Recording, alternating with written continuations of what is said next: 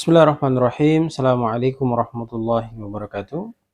Alhamdulillah wa syukurillah la khalla wa la quwata illa billah. Saudaraku kaum muslimin muslimat yang sama dirahmati dan dimuliakan Allah.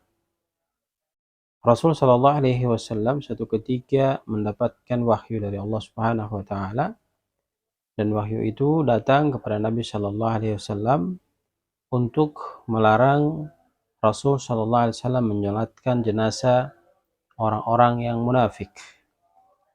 Kita lihat penjelasan ini dipaparkan oleh Sahih Al-Bukhari pada hadis ke-1191. Dijelaskan an Jabir radhiyallahu anhu qal.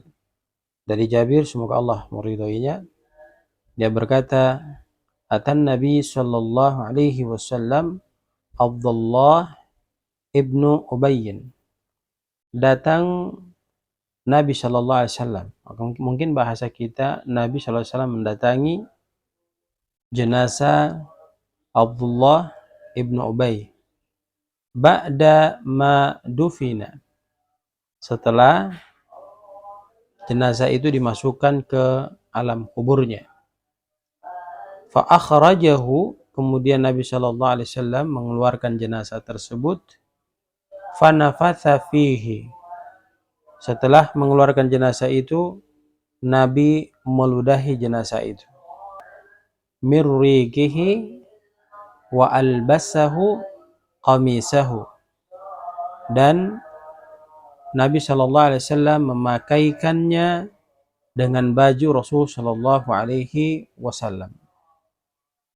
Hadirin yang sama berbahagia, kalau dalam sejarah kita ketahui bahwasanya Abdullah ibnu Ubay adalah ketua para munafik di Madinah pada waktu itu.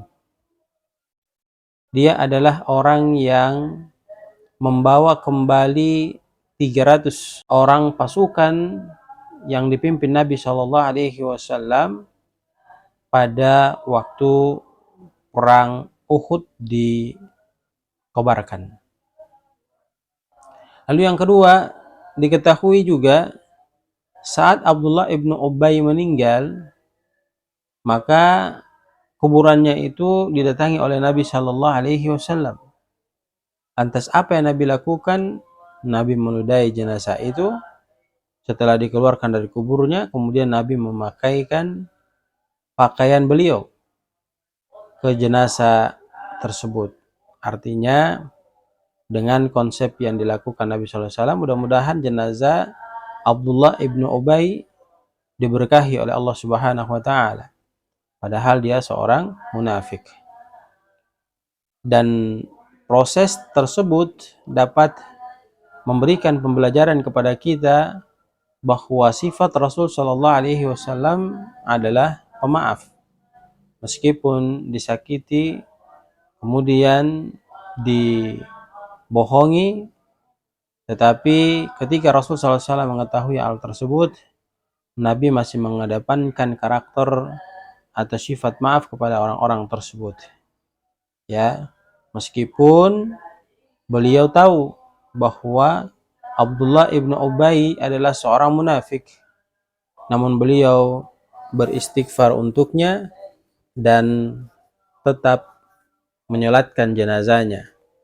Dan kasus inilah yang mengakibatkan turunnya wahyu kepada Nabi Shallallahu Alaihi Wasallam, dan di saat itu Nabi diperintahkan oleh Allah Subhanahu Wa Taala untuk tidak menyolatkan jenazah orang-orang yang munafik.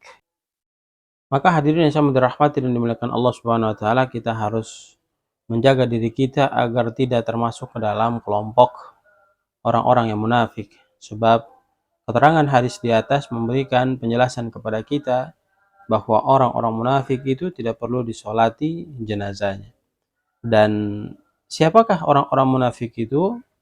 Dalam hadis yang datangnya dari Abi Hurairah menjelaskan kepada kita semua anin Nabi sallallahu alaihi wasallam, bahwasanya Nabi sallallahu alaihi wasallam bersabda, qala ayatul munafik thalathun, bahwa orang-orang yang masuk ke dalam kelompok orang-orang munafik itu ada 3 kriteria atau 3 ciri.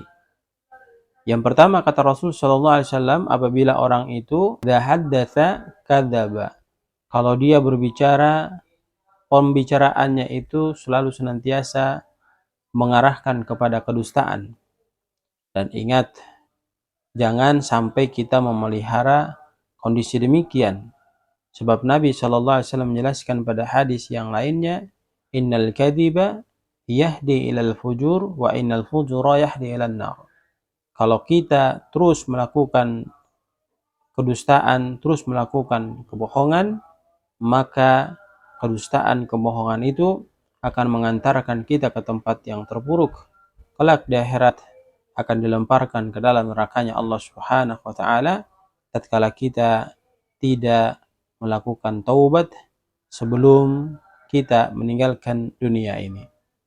Lalu yang kedua kata Rasul sallallahu alaihi wasallam, wa idza wa'ada akhlafa. Yang kedua adalah jika dia berjanji, dia mengingkari janjinya. Kemudian yang ketiga kata Nabi sallallahu alaihi wasallam, wa idza tu'mina khana.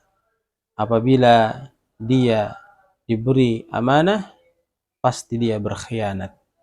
Inilah 3 ciri orang munafik yang perlu kita hindari dalam kepribadian diri kita masing-masing. Oleh karena ketika kita masuk ke dalam kelompok ini, maka kita tidak akan diberikan kesempatan untuk disolatkan jenazah kita.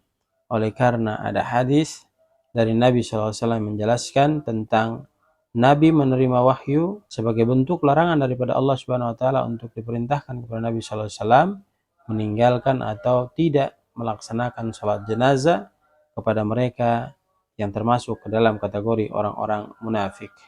Semoga ini memberikan manfaat kepada kita semua, dan jangan lupa like, share, and subscribe.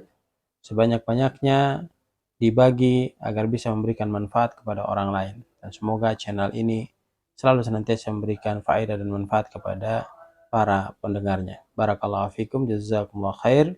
Subhanakallahumma bihamdika nasyhadu an la ilaha illa anta nastaghfiruka wa natubu ilaik. Billahi taufiq wal hidayah.